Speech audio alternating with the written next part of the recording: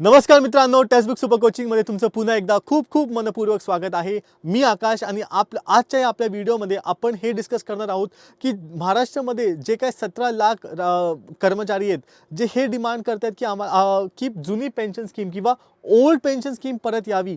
तर ही नक्की ही old pension scheme काय होती? त्याचे काय तोटे होते?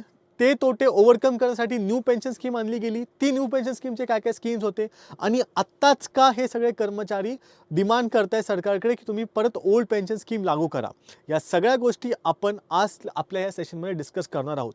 मित्रांनो, जर तुम्हाला माहिती असेल तर हिमाचल प्रदेशमध्ये आता सध्याला काँग्रेसचं सरकार आले आणि त्या सरकारने प्रॉमिस केलं होतं की आम्ही ओल्ड पेन्शन स्कीम आणू आणि ते सरकार ती ओल्ड पेन्शन स्कीम घेऊन सुद्धा आलं, राईट. आणि त्याच ग्राउंड्सवरती आता महाराष्ट्रामध्ये पण सगळे सरकारी कर्मचारी आता हे डिमांड करतात की आम्हाला जुनी पेन्शन स्कीम लागू करा, नवीन पेन्शन स्कीम आम्हाला नको. तर मित्रांनो, हा मुद्दा काय आहे? ओल्ड वर्सेस न्यू, जुनी पेन्शन स्कीम आणि नवीन पेन्शन स्कीम, हा मुद्दा नक्की काय आहे? जुन्या स्कीमचे काय तोटे होते, काय ड्रॉबॅक्स होते, ते आपण क्विकली पाहून घेणार आहोत. त्या अगोदर आपण हे पाहूया की पेन्शन म्हणजे नक्की काय असतं. What is pension? So pension म्हणजे काय असतं? जेव्हा एखादा व्यक्ती रिटायर होतो तेव्हा त्याला त्याचा महिन्याचा खर्च भागावा, त्यासाठी एक ठराविक रक्कम त्याला मिळावी आणि ती ठराविक रक्कम म्हणजेच पेन्शन. ओके.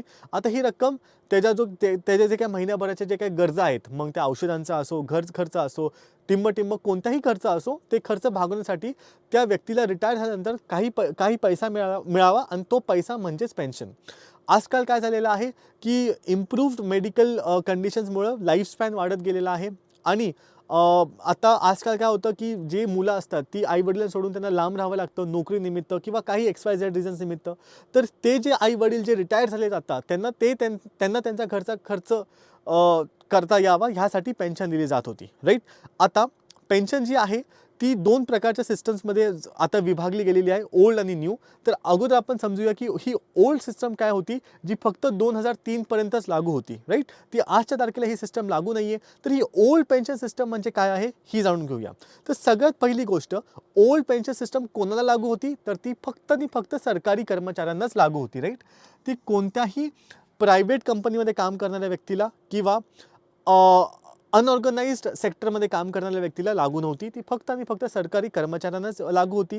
आणि ह्या पेन्शन स्कीमच्या अंतर्गत किती पेन्शन मिळायचं?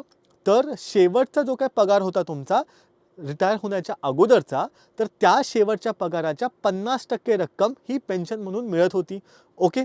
सो 50% पगाराची जी काही रक्कम होती ती पेन्शन म्हणून मिळत होती. उदाहरणार्थ, जर रिटायर होताना तुमचं मंथली सॅलरी 50,000 रुपये असेल, जर ही तुमची सॅलरी असेल, ओके, तर तुम्हाला पेन्शन किती मिळायचं? 50,000च्या 50% म्हणजे तुम्हाला 25,000 रुपये हे पेन्शनमध्ये यायचे. ओके. सो पेन्शन तुम्हाला बसत होतं 25,000 रुपये. आता हे पेन्शन जे आहे ते त्यामध्ये तुम्हाला डिअरनेस अलावन्स किंवा महागाई भत्तासुद्धा ॲड करून दिला जायचा. तुम्हाला माहिती असेल की सरकारी कर्मचाऱ्यांचे पगार वर्षातून आसपास 2 वेळा वाढतात आणि त्यांना सरकारी भत्ता किंवा डिअरनेस अलावन्स दिला जातो. त्याचप्रमाणे पेन्शनमध्ये सुद्धा डिअरनेस अलावन्स ओल्ड पेन्शन स्कीमप्रमाणे दिला जात होता. ओके. आता ह्या पेन्शन स्कीममध्ये कुठेही कर्मचाऱ्याला म्हणजेच एम्प्लॉईला कुठेही कॉन्ट्रिब्यूट करायचं नव्हतं, राईट. OPS अंतर्गत कर्मचाऱ्यांना पेन्शन योगदान देण्यापासून सूट होती.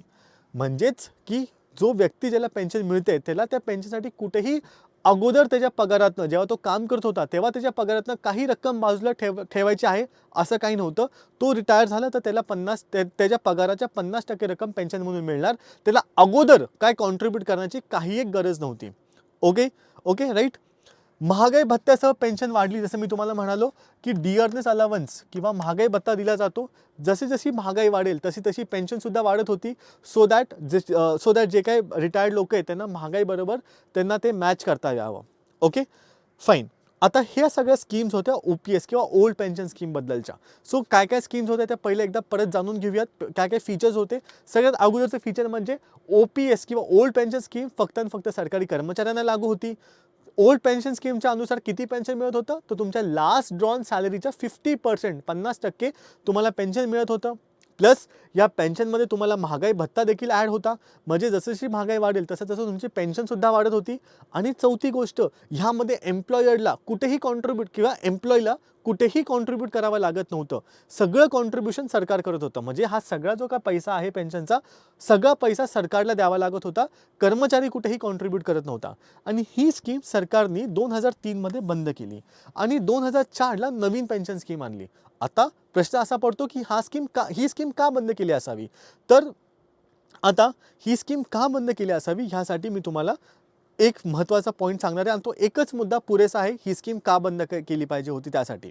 जसं मी तुम्हाला म्हटलो की ओल्ड पेन्शन स्कीममध्ये जो काही सगळा भार होता पेन्शन द्यायचा तो सगळा सरकारवरती होता, राईट. गव्हर्नमेंटवरती सगळा भार होता.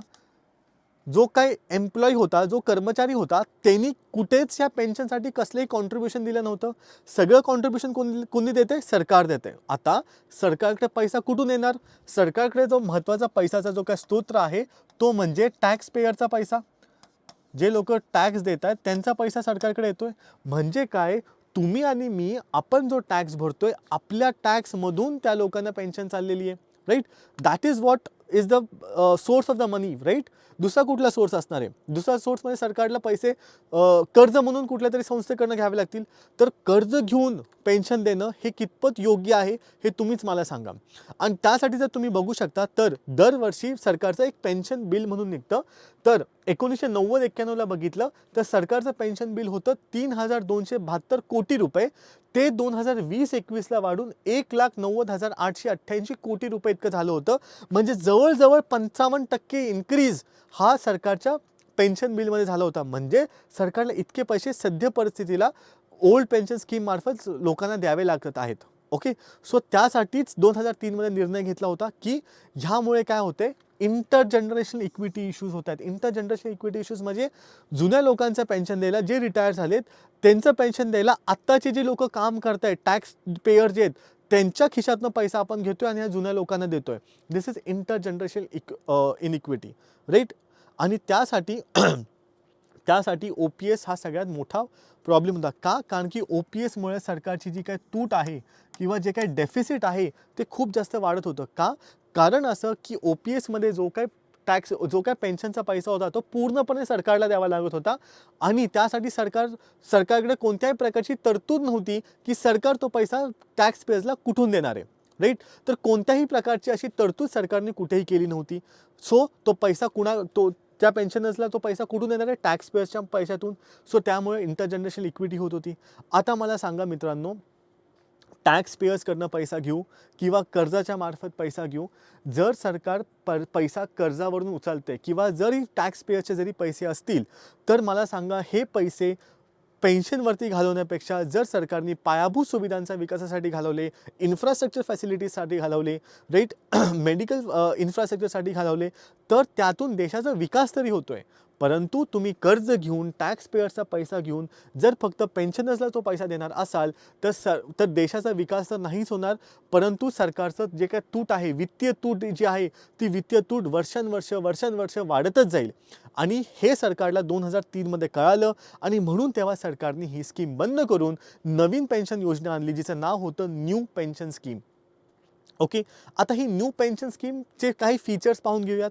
तर आता या न्यू पेन्शन स्कीममध्ये फक्त सरकारी कर्मचारीच नव्हे तर प्रायव्हेट कंपनीमध्ये काम करणारी लोक, अनऑर्गनाइज सेक्टरमध्ये काम करणारी लोक, सगळेच लोक ह्या न्यू पेन्शन स्कीममध्ये कॉन्ट्रीब्यूट करू शकतात, राईट.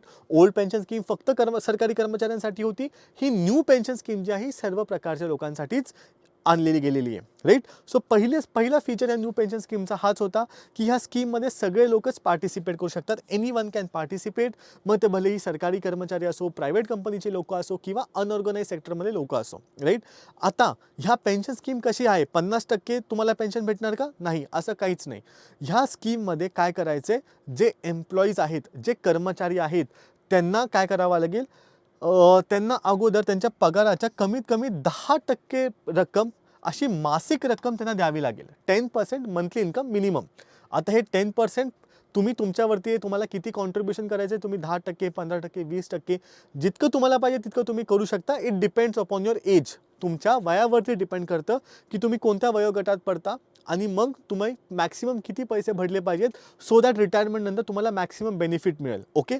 पण दुसरी गोष्ट जी आपण लक्षात ठेवायची की न्यू पेन्शन स्कीममध्ये जो एम्प्लॉय आहे जो एम्प्लॉय आहे त्या एम्प्लॉयला स्वतःला कॉन्ट्रीब्यूट करायचं आहे. ओल्ड पेन्शन स्कीममध्ये एम्प्लॉयला कुठेच कॉन्ट्रीब्यूट करायचं नव्हतं, सगळा बोजा सरकारवरती पडत होता. परंतु न्यू पेन्शन स्कीममध्ये आता कर्मचाऱ्याला सुद्धा योगदान द्यायचं आहे. 10% असो किंवा किती टक्के असो, आणि उरलेलं योगदान जे आहे ते सरकार देणार आहे. राईट? उरलेलं योगदान जे आहे ते सरकार देणार आहे. उदाहरणार्थ, जर एखादा कर्मचारी त्याच्या मासिक पगारातले 10% रक्कम न्यू पेन्शन स्कीममध्ये टाकत असला, तर सरकार 14% रक्कम सरकार स्वतःच्या खिशातून टाकणार. सो न्यू पेन्शन स्कीममध्ये फक्त सरकार पैसे टाकतोय का? नाही. कर्मचारी देखील पैसे टाकतोय. राईट? म्हणजे सगळा बोजा सरकारवर येतोय का? नाही. बोजा आता दोघांवरती आहे. राईट? ओके. तर ही दुसरी गोष्ट आहे.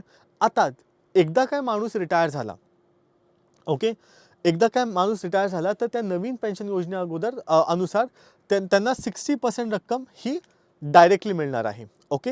ही 60% जी काही त्यांची रक्कम असेल, जितका काही पैसे त्यांनी लाईफ टाईम साठवले असतील, त्यातली 60% रक्कम ते रिडीम करू शकतात. आणि ही जी 60% रक्कम रिडीम केली आहे ही कम्प्लिटली टॅक्स फ्री रक्कम असेल. ओके. जी काही 60% रक्कम त्यांनी सेव्ह केलेली आहे ती 60% रक्कम पूर्णपणे टॅक्स फ्री असेल. ओके. आणि राहिलेली जी काही 40% रक्कम आहे ती त्यांना तेव्हा नाही मिळणार. ती ही 40% रक्कम मार्केटमध्ये इन्व्हेस्ट केली जाईल. मार्केट म्हणजे इक्विटीमध्ये किंवा बॉन्ड्समध्ये, ह्या मार्केटमध्ये ही राहिलेली उरलेली 40% रक्कम इन्व्हेस्ट केली जाईल. ओके. आणि जे काही रिटर्न्स असतील मार्केटमध्ये इन्व्हेस्ट केलेले, ते रिटर्न्स मग त्या कर्मचाऱ्याला मिळणार.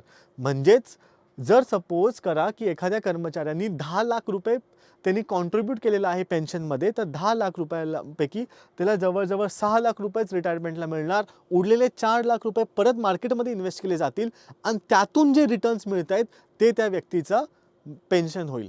राईट? मंथली पेन्शन होऊन जाईल. म्हणजे काय? आता ऑब्व्हियसली ह्याच्यामध्ये एक रिस्क फॅक्टर असा आहे की market is susceptible to risk. कधी मार्केट बूममध्ये असतं, कधी मार्केट खाली पडतं. तर त्या अकॉर्डिंग त्याचे रिटर्न्स व्हेरी होतील. परंतु the good fact here is की एकट्या सरकारवरती सगळा बोजा पडत नाही आहे. हा बोजा एम्प्लॉय किंवा कर्मचारी देखील ह्याच्यामध्ये कॉन्ट्रीब्यूट करतोय. राईट? तर ह्यामुळे काय होतंय, जे काही मोठं बिल आपण पाहिलं होतं, जे सरकारचं झालं होतं जुन्या प्रणाली अकॉर्डिंग, ते आता नवीन कर प्रणाली अनुसार नाही होणार. आणि म्हणून जितके काही अर्थतज्ञ आहेत, जितके काही अर्थतज्ञ आहेत किंवा RBI असो, ह्यांनी सांगितलेलं आहे की जी जुनी कर प्रणाली आहे ती एक घातक प्रणाली आहे. कारण की ह्या जुन्या प्रणाली अनुसार RBIचं म्हणणं आहे की देशावरती खूप जास्त कर्ज होईल. मॉन्टेक सिंग अहलुवालिया जे नियोजन आयोगाचे आपले हे होते, मॉन्टेक सिंग अहलुवालिया जे नियोजन आयोगाचे वाईस चेअरपर्सन होते, त्यांनी देखील हेच म्हटलेलं आहे. आणि जे चीफ इकॉनॉमिक ॲडवायझर आहेत त्यांनी देखील हेच सूचित केलेलं आहे की ओल्ड पेन्शन स्कीमकडे नको जायला. ओल्ड पेन्शन स्कीम खूप जास्त घातक आहे. सरकारी तिजोरीवरती खूप जास्त बोजा पडेल. त्यासाठी नवीन पेन्शन स्कीमच बेस्ट आहे. तर हा होता पूर्ण अहवाल ओल्ड आणि न्यू पेन्शन स्कीमचा कंपॅरिझन. ओल्डमध्ये काय प्रॉब्लेम्स होते, न्यूमध्ये काय बेनिफिट्स आहेत, ह्या सगळ्या गोष्टी मी डिस्कस केलेल्या आहेत. थँक्यू सो मच मित्रांनो. जर तुम्हाला हे डिस्कशन आवडलं असेल तर ह्या डिस्कशनच्या सगळ्या PDFसाठी आणि माझ्या बाकी टिप्स क्लासेसच्या PDFसाठी तुम्ही हा QR कोड स्कॅन करू शकता आणि माझं क्लासेस जॉईन करू शकता. Okay. Thank you so much guys. Bye bye. Take care.